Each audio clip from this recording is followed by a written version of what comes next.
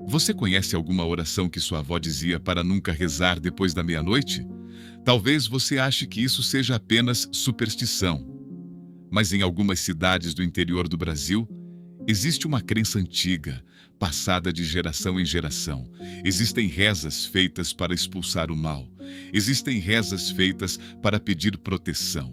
E existem aquelas que jamais devem ser pronunciadas quando a noite já pertence ao outro lado. Porque, segundo os antigos benzedeiros, depois da meia-noite, nem toda oração sobe aos céus. Algumas são respondidas por outra coisa. E foi exatamente isso que aconteceu com Daniel. Daniel era estudante de história e viajava pelo interior de Minas Gerais documentando lendas esquecidas. Seu objetivo era simples: registrar histórias que estavam desaparecendo junto com os mais velhos. Foi assim que chegou ao pequeno distrito de Pedra Branca. Ali morava Dona Zulmira, uma benzedeira conhecida por toda a região. Dizia-se que ela curava quebranto, espantava maus espíritos e conhecia rezas que já nem existiam nos livros da igreja. Daniel passou horas entrevistando a velha senhora, até que percebeu algo estranho. Toda vez que o relógio da parede se aproximava da meia-noite, ela ficava inquieta. Olhava para a janela, fechava as cortinas, apagava algumas velas e finalmente disse: "Já basta por hoje." Daniel sorriu. "Ainda tenho algumas perguntas."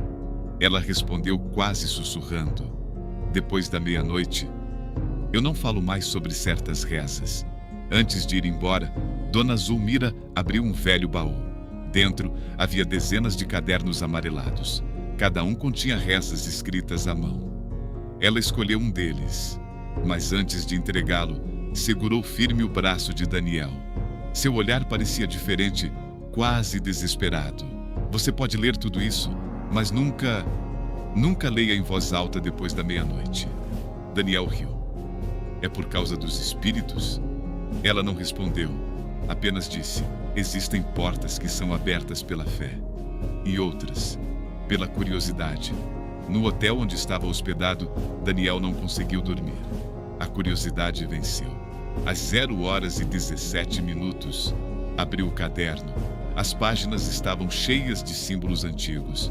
Algumas palavras pareciam português, outras não pertenciam a idioma algum. No final do caderno havia uma observação, escrita com tinta vermelha: "Nunca terminar esta reza quando o sino da meia-noite já tiver parado."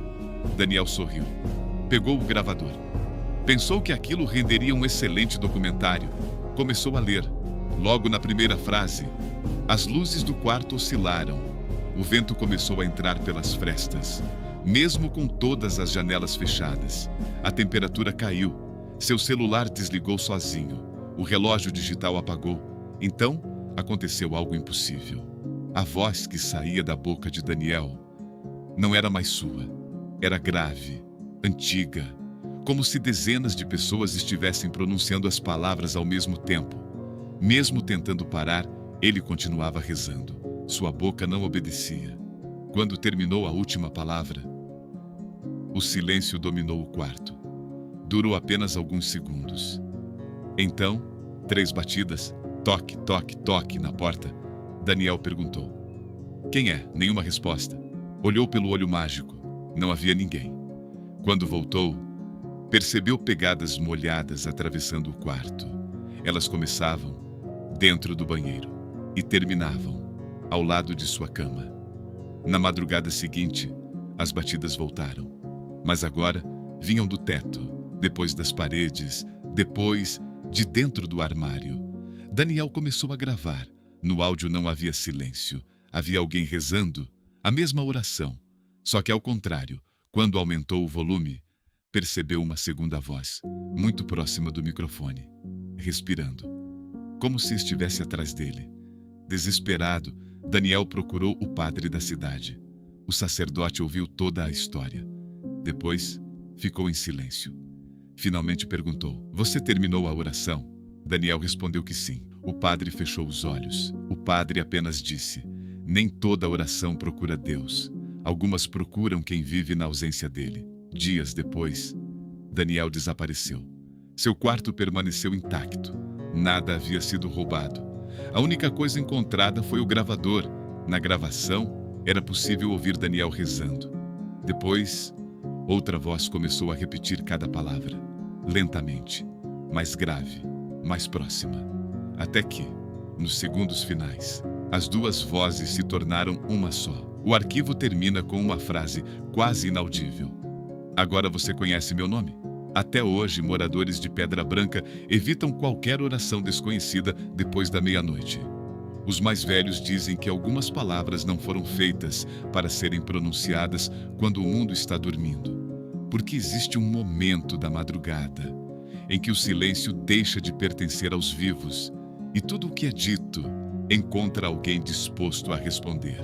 Se essa história fez você olhar 2 vezes para o relógio quando der meia-noite, deixe seu like, inscreva-se no canal e ative o sino, porque existem lendas brasileiras que parecem apenas superstição, até a noite em que alguém decide testá-las. E lembre-se, se encontrar um caderno antigo de rezas, leia durante o dia, porque depois da meia-noite, talvez não seja Deus quem esteja ouvindo,